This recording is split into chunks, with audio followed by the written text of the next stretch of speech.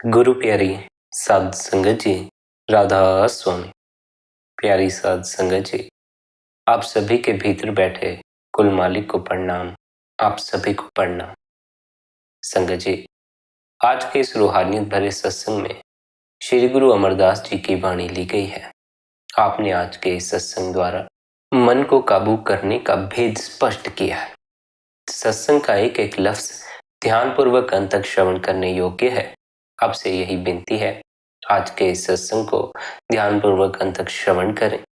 यहाँ यह स्मरण रखें, जब आपसे कहा जाता है ध्यानपूर्वक अंत तक श्रवण करें, तो उसका अर्थ ऐसा ना करें कि सत्संग पर अपने ध्यान को केंद्रित करने के प्रयास में लग जाना।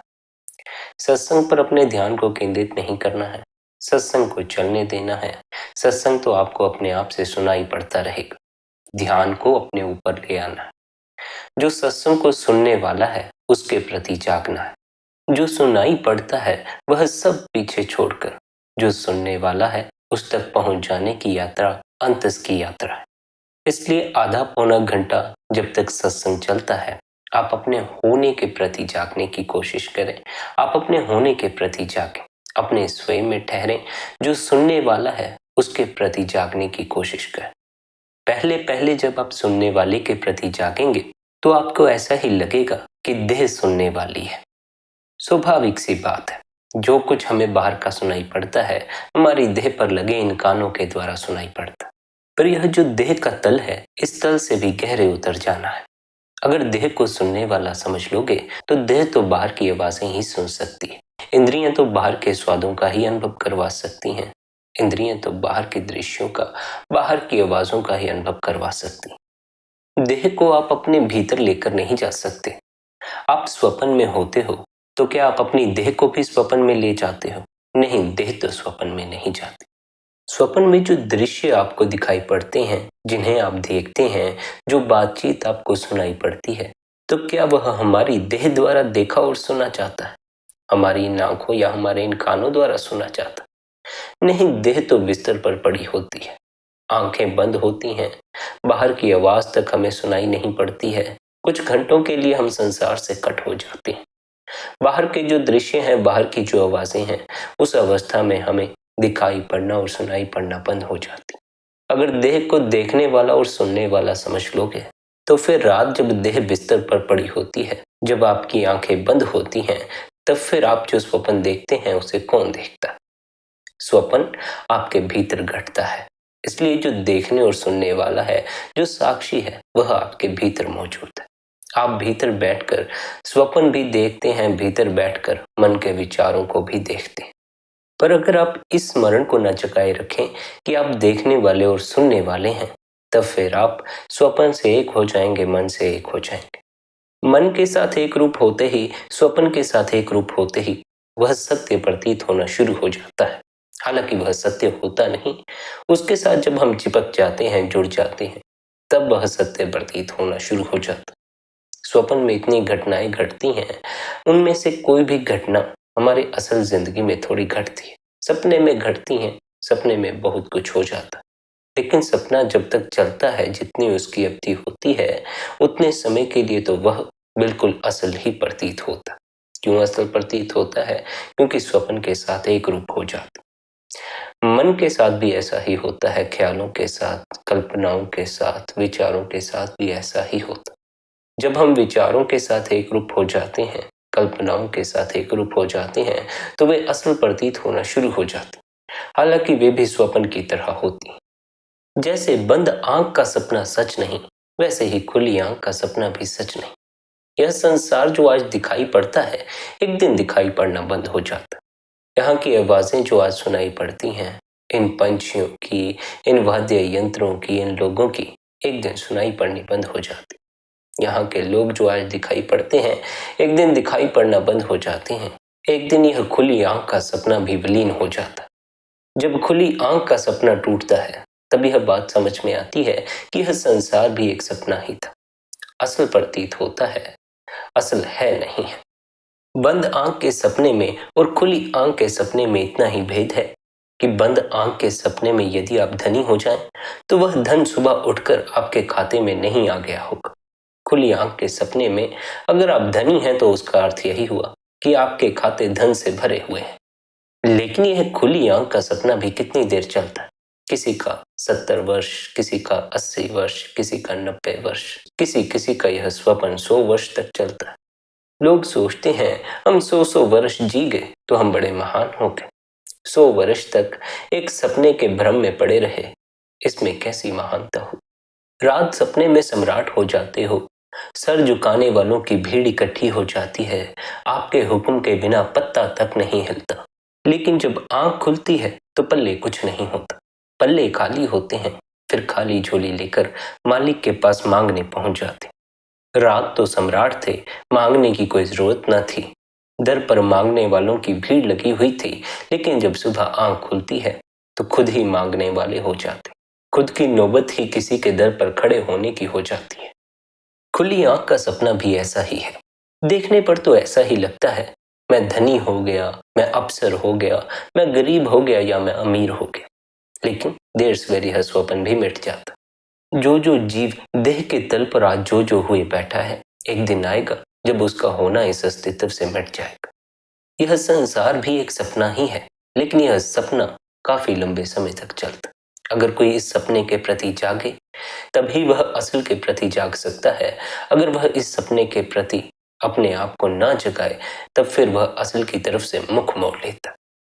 इस संसार रूपी स्वप्न को सच मानने के पीछे जीव के पास यह वजह है कि इस संसार रूपी स्वप्न में जो धन हासिल होता है वह उसकी जेब में भी होता है। लेकिन जो धन स्वप्न में जेब में रखा जाता है वह असल में जेब में थोड़ी होता है, वह तो स्वप्न की घटना ही होती। जाग कर तो जेबें खाली ही पाओगे। इस संसार रूपी स्वप्न में और रात्रि के स्वप्न में यह फर्क है कि इस संसार रूपी सपने में हम हर एक चीज संग्रहित कर सकते, बहुत कुछ इकट्ठा कर सकते। जो इकट्ठा करेंगे वह हमारे पास होगा भी, लेकिन जो हम स्वप्न में इकट्ठा करते हैं, जो संग्रहित करते हैं, वह हमारे पास होता नहीं है।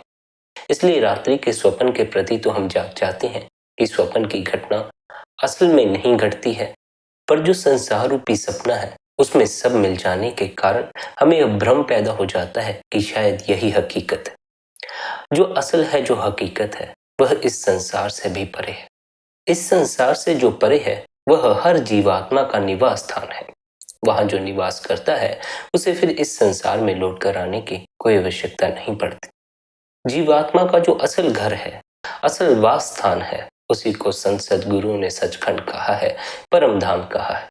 यह संसार सपने की तरह दिखाई तो नहीं पड़ता है, लेकिन यह बात ख्याल रखना, जिस दिन हमारी देह गिर जाती है उस दिन फिर यह संसार सपने से ज्यादा नहीं रह जाता। जब इतना कमाकर, इतनी मेहनत करके अंत में खाली हाथ ही रहे तो इसे फिर हकीकत कैसे कहोगे। सपने में भी तो ऐसा ही होता है। हाथ भरे होते हैं धन से, जेबें भरी होती हैं धन से, लेकिन जब सुबह उठते हैं तो अपने को खाली हाथ पाते। ऐसे ही यह जीवन भी है। जब यह देह गिरती है तो अपने को हम खाली हाथ पाते हैं। जीवन भर दौड़ते हैं वासनाओं के पीछे, पदार्थों के पीछे, अपने आप को भरने में लगे रहते। जीवन बिता देते हैं अपने खजाने भरने में, लेकिन अंत में सब कमाई धूल समान। अंत में तो कुछ भी पल्ले नहीं पड़ता, अंत में फिर खाली हो जाते। इसलिए यह जो खुली आंख का सपना है, इसके प्रति भी जागना। बंद आंख का जो सपना है वह टूटता है आंख के खुलने पर, लेकिन जो खुली आंख का सपना है वह टूटता है आंतरिक आंख के खुलने पर। आंतरिक आंख के खुलने का अर्थ है आपके भीतर बैठकर जो सब देखने वाला है उसके प्रति सचेत हो जाना, उसके प्रति जागना। आंतरिक आंख तो खुली ही हुई है, वह आंख ना खुली हो तो फिर आप कुछ भी देख ना सकेंगे।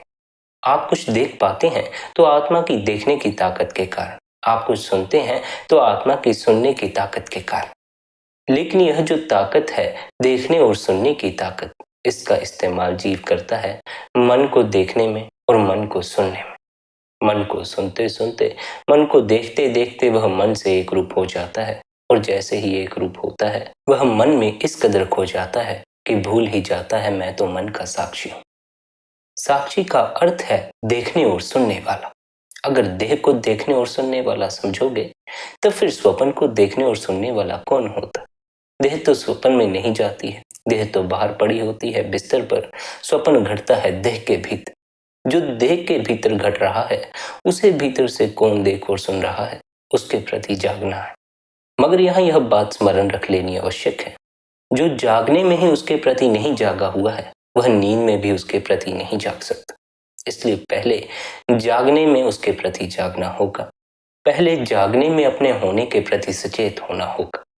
जो जागने में उसके प्रति सचेत हो जाता है, जो भीतर बैठकर सब देखने और सुनने वाला है, वही नींद में भी उसके प्रति जाग सकता है। इस बात को स्मरण रखो कि सद्गुरु आत्मा की दो ताकतों का जिक्र करते, सुरत और नृत्य, देखने और सुनने की शक्ति। सतगुरु कहता है आत्मा की पहचान करो, अपने असल की पहचान करो। असल की पहचान के लिए सतगुरु हमें कहता है कि उसकी दो ताकतें हैं, देखने और सुनने की ताकत। इन दो ताकतों का इस्तेमाल करो और इन दो ताकतों का इस्तेमाल करके उस तक पहुंच जाओ जिसकी ये ताकतें हैं, यानी उस आत्मा तक पहुंच जाओ जो आपके भीतर बैठी हुई है, सब देख और सुन रही है। अभी जो यह आत्मा की देखने की ताकत है, इसका इस्तेमाल हम या तो बाहरी दृश्य देखने में करते हैं या मन को देखने में करते हैं। आत्मा की जो सुनने की ताकत है उसका इस्तेमाल हम या तो बाहरी संगीत सुनने में करते हैं या मन के शोर शराबे को सुनने में करते हैं। आत्मा की इसी देखने और सुनने की ताकत का इस्तेमाल अपने घट में मौजूद आत्मा के प्रकाश को देखने और अपने घट में गूंजती आत्मा से निकलती उस धुनकार धुन को सुनने के लिए करना।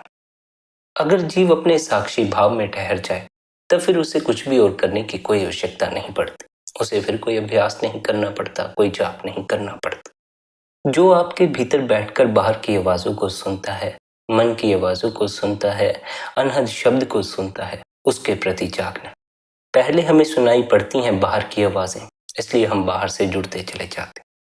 फिर बड़े होते होते भीतर मन का जन्म हो जाता है, फिर मन की बातें सुनाई पड़ना शुरू हो जाती हैं, जिस कारण हम मन से जुड़ते चले जाते। जब अनहद शब्द सुनाई पड़ना शुरू हो जाता है तो उसे सुनते सुनते हम अपनी आत्मा से जुड़ जाते, क्योंकि अनहद शब्द आत्मा से उठता है। जैसे समझो रात के अंधेरे में कोई आदमी जंगल में भटक जाता, शहर की ओर कौन सा रास्ता जाता है वह दिखाई नहीं पड़ता। उस समय वह क्या करता है, वह दूर से आती हुई आवाजों को सुनता। वह सुनता है कि कहीं किसी गाड़ी की आवाज सुनाई पड़े, कहीं कुत्तों के भौंकने की आवाज सुनाई पड़े, लोगों की आवाज सुनाई पड़े। शहर की तरफ से आती हुई आवाज को पकड़कर वह शहर तक पहुंच जाता। लेकिन अगर वह शहर की आवाज को ना पकड़े, लोगों की आवाज को ना पकड़े, जंगल की आवाज को पकड़े, जंगली जानवरों की आवाज को पकड़े, तब फिर वह जंगल की तरफ बढ़ता चला जाएगा। फिर वह कभी भी शहर नहीं पहुंच पाएगा।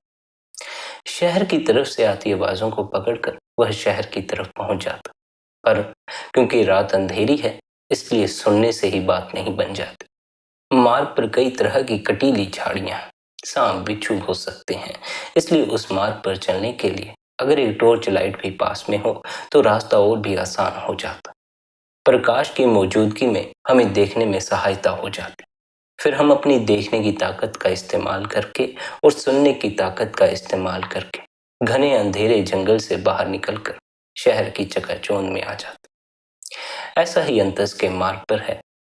अंतस में पहले पहले तो अंधकार ही नजर आता है, लेकिन जब साधक निरंतर उस अंधकार में अपने ध्यान को ठहराता है, वहां से भागने की कोशिश नहीं करता, तब धीरे धीरे वहां पर प्रकाश प्रकट होना शुरू हो जाता।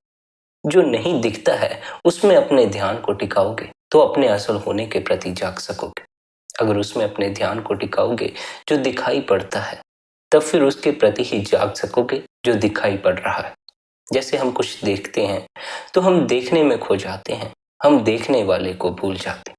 देखने वाले के प्रति अगर आप जागे तो पहले तो यही भ्रम पैदा होगा कि शायद देखने वाली यह देह होती है, पर अगर आप और गहरे उतरें तो आप पाएंगे कि देह आपको अपने भीतर देखने में सहयोग नहीं करती।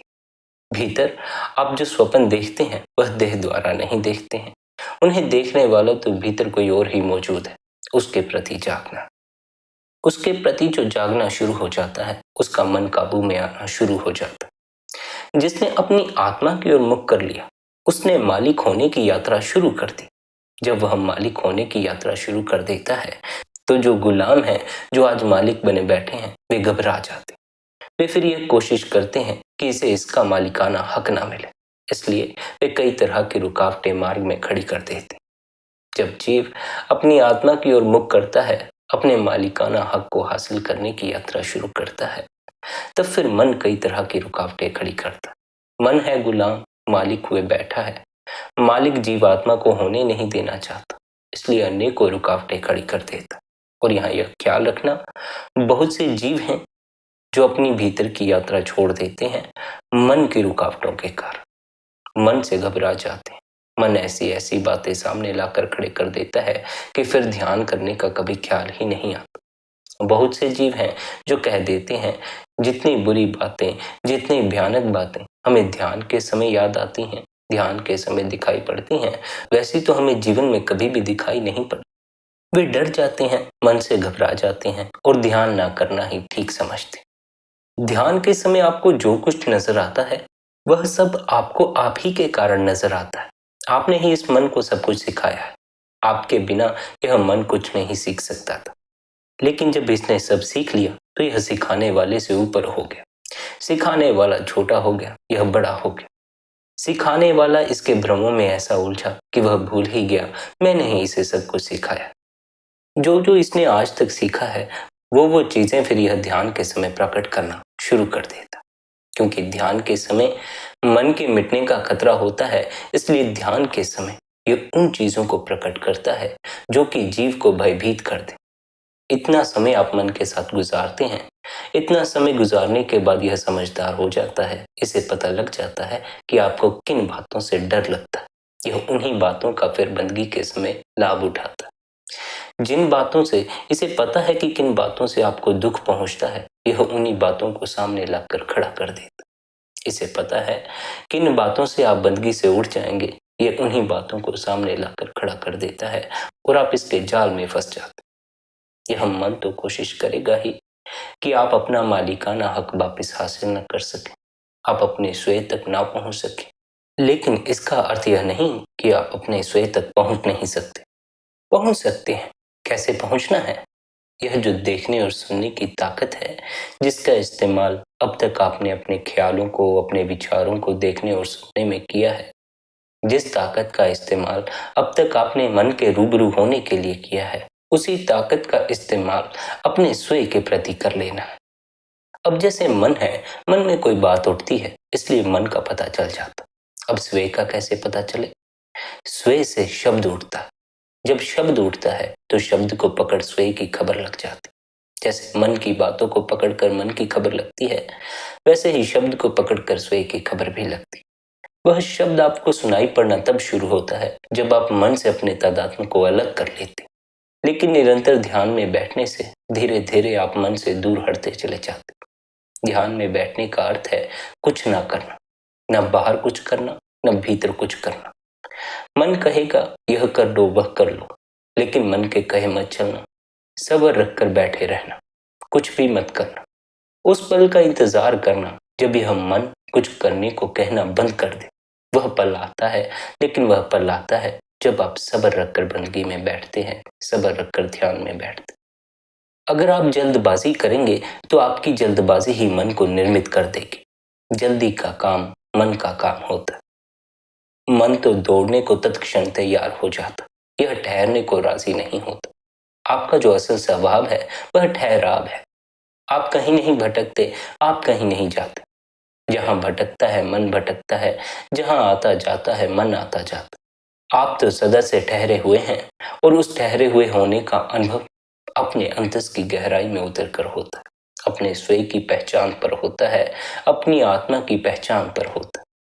सद्गुरु कहते हैं वे लोग निर्मल और पवित्र हैं जो अपने आप को पहचानने के योग्य बन जाते हैं, अपने स्वयं की पहचान करने के काबिल बन जाते। हम अपने आप को तभी पहचानते हैं जब हम मन और माया के दायरे से पार चले जाते, क्योंकि मन और माया के दायरे में बंधे हुए हम निर्मल और पवित्र नहीं हो पाते। निर्मल और पवित्र होने का अर्थ यह मत समझ लेना कि मैले कर्म नहीं करोगे तो निर्मल और पवित्र हो गए, पुण्य कर्म करोगे तो निर्मल और पवित्र हो गए। निर्मल और पवित्र होने का अर्थ है पुण्य और पाप दोनों से ही ऊपर उठ जाना। निर्मल और पवित्र होने का अर्थ है वैसे ही हो जाना जैसे इस संसार में आए थे। जब इस संसार में आए थे तो क्या पुण्य और पाप के भेद में फंसे हुए थे? नहीं फंसे हुए थे। बच्चे को न पुण्य का पता न पाप का पता, लेकिन बच्चा जो भी करता है वह पुण्य होता चला जाता। उसके करने में एक सुगंध होती है। वह जो करता है उसे देखकर उसके आसपास के लोग भी आनंदित हो जाते। बच्चे की मुस्कान देखकर ही लोग आनंदित हो जाते। बच्चे का पुण्य और पाप से कोई संबंध नहीं होता। निर्मल और पवित्र होने का अर्थ है कि आप पर अभी किसी तरह की कोई छाप नहीं छपी है, न पुण्य आत्मा होने की न पापी होने की। किसी तरह की भी कोई छाप नहीं होनी चाहिए। कुछ हैं जिनके ऊपर पुण्य आत्मा होने की छाप छप जाती, कुछ हैं जिनके ऊपर पापी होने की छाप छप जाती। लेकिन पैदा होते ही तो कोई अपने ऊपर छाप लेकर नहीं आता है। पैदा होते ही कोई पापी नहीं होता, कोई पुण्य आत्मा नहीं होता। पैदा तो सभी कोरे कागज की तरह ही होते हैं। बड़े होते होते कागज को कई रंगों से भर लेते हैं, मगर रंगों को भरते भरते जीव यह भूल जाता है, इन रंगों का होना उस कोरे कागज के बिना कभी संभव नहीं था। रंग दिखाई पड़ते रहते हैं, रंगों के पीछे छिपा वह कोरा कागज दिखाई नहीं पड़ता। आए थे कोरे कागज की तरह, जब जाओगे कोरे कागज की तरह तभी निर्मल और पवित्र हो सकोगे। अगर आए हो खाली हाथ, जाना चाहते हो भरे हाथ, तब फिर निर्मल और पवित्र ना हो सकोगे। निर्मल और पवित्र होने का अर्थ है जैसे इस संसार में जन्म के समय आए थे वैसे ही मृत्यु के समय इस संसार से चले जाना। आए थे तो क्या धन साथ लेकर आए थे? नहीं लेकर आए थे, खाली हाथ आए थे। जब आए थे तो क्या किसी मान्यता को लेकर आए थे? किसी मान्यता को लेकर नहीं आए थे। जब आए थे किसी के ख्यालों में खोए हुए आए थे? नहीं, दूसरे का तो ख्याल तक कोई नहीं आता था। जब आए थे दुखों और मुसीबतों में उलझे हुए आए थे? नहीं, दुखों और मुसीबतों की खबर तक नहीं थी। जैसे आए थे जब वैसे ही चले जाओगे, निर्मल और पवित्र हो जाओगे। आए थे खाली हाथ ही जाओगे भी। आप लाख कोशिश भी करोगे तब भी भरे हाथ इस संसार से जा ना सकोगे। जब खाली हाथ आए हो खाली हाथ जाओगे भी, तो बीच में जितने समय के लिए हाथ भरे हो इस भ्रम में मत पड़ जाना कि हाथ सदा के लिए भर गए। देर सवेर सब छूट जाएगा, छूट जाता है, इसलिए छोड़ने की तैयारी भी रखना। धन इकट्ठा करो लेकिन उसके मोह में मत पड़ जाना। इस मोह में मत पड़ जाना कि सदा आपके पास रहेगा। बेहतर जिंदगी जीने के लिए धन इकट्ठा करो, लेकिन इस भुलेखे में मत करो कि सदा के लिए यह धन आपके पास ही रहने वाला। धन तो देखो इस संसार में रह जाता है, आप नहीं रह जाते। बड़ी मजे की बात है, जिन चीजों को जीव इकट्ठा करता है, जिन चीजों की कीमत आदमी के बगैर दो कौड़ी की नहीं है, वे चीजें तो इस संसार में बची रह जाती हैं। आदमी नहीं बचता, आदमी यहाँ से चला जाता। मकान तो रह जाता है, उसे बनवाने वाला नहीं रहता। गाड़ी तो रह जाती है, उसे चलाने वाला नहीं रहता। इसलिए इन पदार्थों के मोह से अपने आप को बाहर निकालो। जिन पदार्थों के मोह में जी रहे हो, ये पदार्थ तो लंबे समय तक टिक भी जाएंगे, लेकिन इन्हें बरतने वाले की जिंदगी का कोई भरोसा नहीं। कब किसे इस संसार से विदा लेनी पड़ जाए, इसका कोई अंदाजा नहीं लगाया जा सकता। आज जिनके साथ हम हंस खेल रहे हैं, कल उनमें से कौन इस संसार से चला जाएगा, हम इसका कोई अंदाजा नहीं लगा सकते। इसलिए मूर्छा में ही मत जीते रहो। अपने स्वयं के प्रति जागो, उसके प्रति जागो जो जन्म के समय अपने साथ लाए थे, उसके प्रति जागो जो मृत्यु के समय अपने साथ जाता।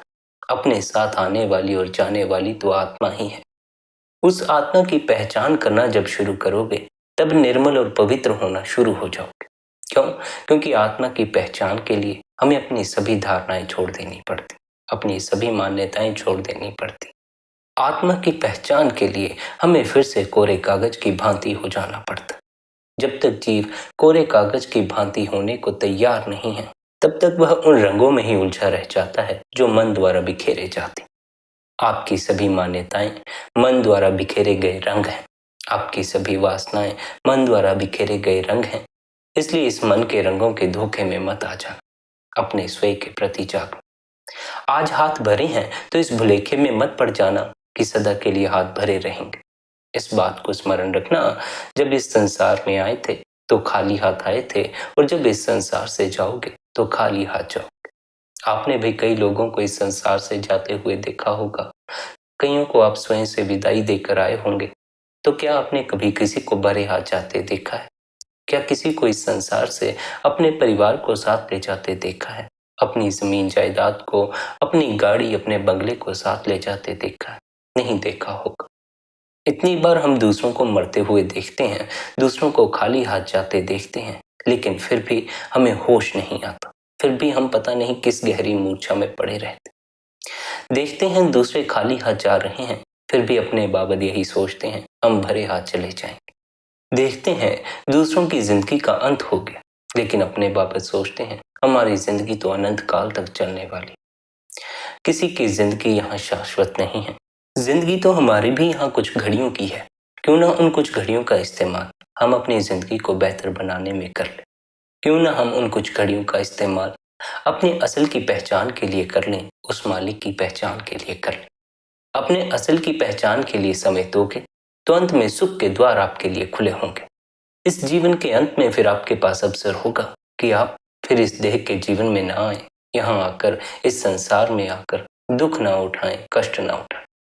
पर यदि आप अपने असल की पहचान ना करोगे, अपने असल होने को ना जानोगे, देह को ही अपना होना समझते रहोगे, तो फिर से देह के बंधन में लौट आओगे, इस संसार में लौट आओगे। इस संसार में लौट कर आने पर क्या होता है? वही होता है जो अब हो रहा है। अब इस जन्म में अगर हम दुख सह रहे हैं, तो हम यह कल्पना कैसे कर सकते हैं कि अगले जन्म में हम सुखी हो जाएंगे। लोग हैं जो अगले जन्म में सुखी होने की कल्पनाएं लिए बैठे। इस जन्म में तो दुखी हैं, बड़ी पीड़ा से गुजर रहे हैं, शारीरिक कष्ट हैं, आर्थिक कष्ट हैं, लेकिन कल्पनाएं करते हैं कि अगले जन्म में सब सही हो जाए। रहना तो भाई इस संसार में ही है, रहना तो इस देह में ही है। यह संसार तो दुखों का घर है ही, यह देह तो दुखों की घर है ही। कब यह देह किस रोग का शिकार हो जाए, इसका कोई पता थोड़ी चलता। कब कोई बीमारी फैल जाए, इसका कोई पता थोड़ी चलता।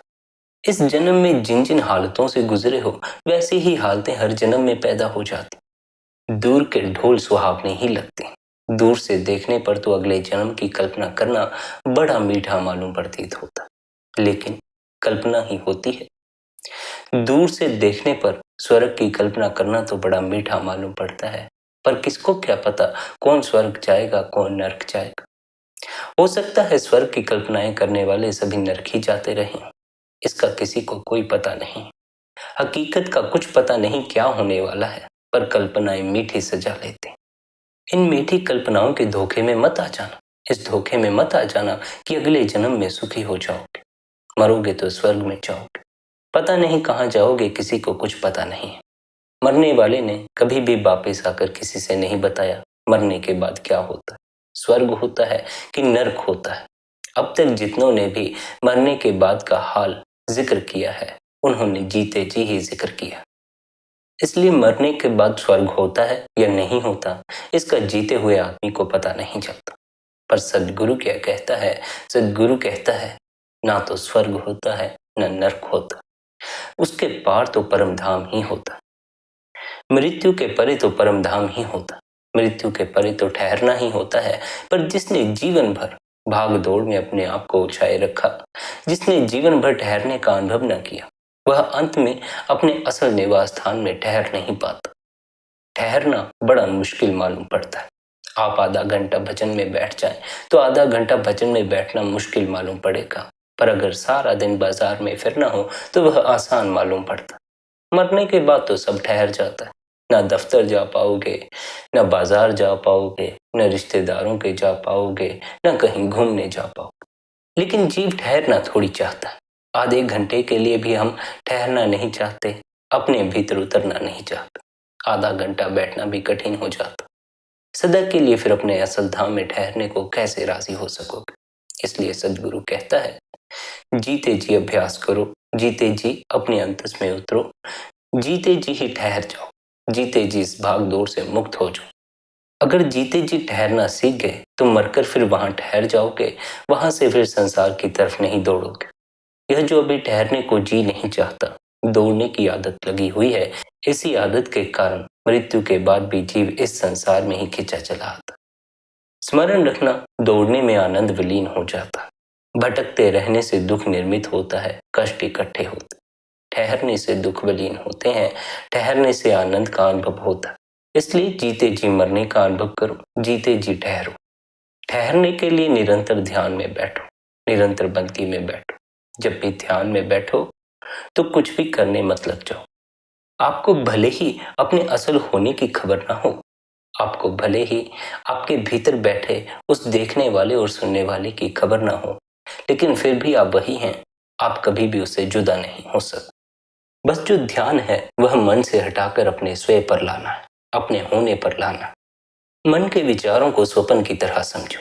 ये स्वप्न से ज्यादा नहीं होते, ज्यादा समय के लिए टिकते नहीं, कुछ देर के लिए टिकते हैं, कुछ देर बाद विलीन हो जाते।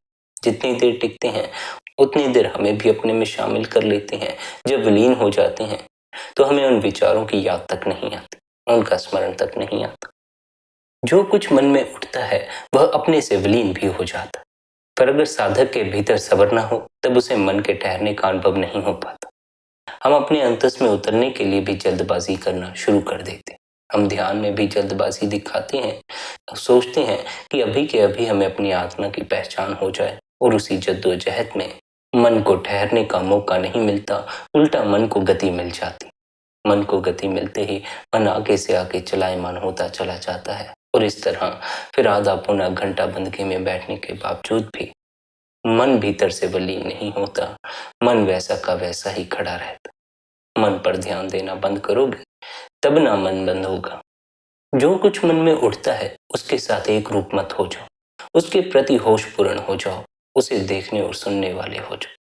इस बात को सदा स्मरण रखो, आप मन नहीं, मन को देखने और सुनने वाले। अब तक आपने जीवन में जो जाना वह मन है। जो दिखाई पड़ रहा है, जो सुनाई पड़ रहा है, वह जाना है। अब उसे जानने की यात्रा करो। जो सुनने वाला है, जो देखने वाला है, जो भीतर बैठकर सब कुछ सुनने और देखने वाला है, उसकी खोज ही स्वयं की खोज है। उस तक पहुंचने के लिए जो दिखाई पड़ रहा है उससे अपने ध्यान को हटाकर जो देखने वाला है उस पर अपने ध्यान को लाना होता। अब तक आप अपने होने से जो भिन्न है उसके प्रति जागते आए। अब आपको अपने होने के प्रति जाग जाना। आपका होना आपके भीतर है, इसलिए सद्गुरु साधक को भीतर की यात्रा करने को कहता। सद्गुरु कहता है जीवन में जो सबसे महत्वपूर्ण है वह कहीं बाहर नहीं, आपके भीतर छिपा हुआ है। आपकी आत्मा, वह परमात्मा आपके भीतर छिपा हुआ है। आप भी उस परमात्मा का ही रूप हैं। आप भी वह परमात्मा ही हैं, लेकिन अपने असल होने की आपको पहचान नहीं, इसलिए मन के धोखे में पड़कर अपने आप को देह समझे बैठे। अपने आप को कोई अमीर समझे बैठा है, कोई गरीब समझे बैठा है। अपने आप को कोई पुण्य आत्मा समझे बैठा है, कोई पापी समझे बैठा। जब तक अपने ऊपर किसी तरह की छाप लिए बैठे हो तब तक निर्मल और पवित्र ना हो सकोगे। निर्मल और पवित्र हो जाने का अर्थ है हर तरह की छाप से मुक्त हो जाना, हर तरह के दाग से मुक्त हो जाना। अपने असल घर से इस संसार में आए थे तो बेदाग आए थे। यहाँ रहते रहते कई तरह के दाग लग गए। जब यहाँ से जाओगे तब भी बेदाग हो जाओगे। पर वहां जीव को यह अड़चन पड़ती है कि जीव इस देह को छोड़ने को राजी नहीं होता। वह कहता है कि अगर मुझे इस देह में बैठकर बदनामियां ही सहनी पड़े तब भी मैं वह सह लूंगा, पर मुझे यह देह दे दो। वह कहता है कि अगर इस देह में बैठकर मुझ पर दाग ही लगने हैं तो मैं दाग लगवा लूंगा, पर मुझे यह देह दे दो, मुझसे यह देह मत छीनो। जब तक देह को पकड़े रहना चाहते हो मलिनता में जकड़े रहोगे, निर्मल और पवित्र ना हो सकोगे। जब सचखंड से इस संसार में उतरे थे तो देह साथ लेकर नहीं आए थे। देह तो इस संसार में मिली है। इस संसार में जो मिलता है वह सब इस संसार में ही रह जाता। इसलिए अगर इस संसार का कुछ भी अपने साथ पकड़े रहना चाहते हो तो उसी का अर्थ है माया के धोखे में उलझ जाना।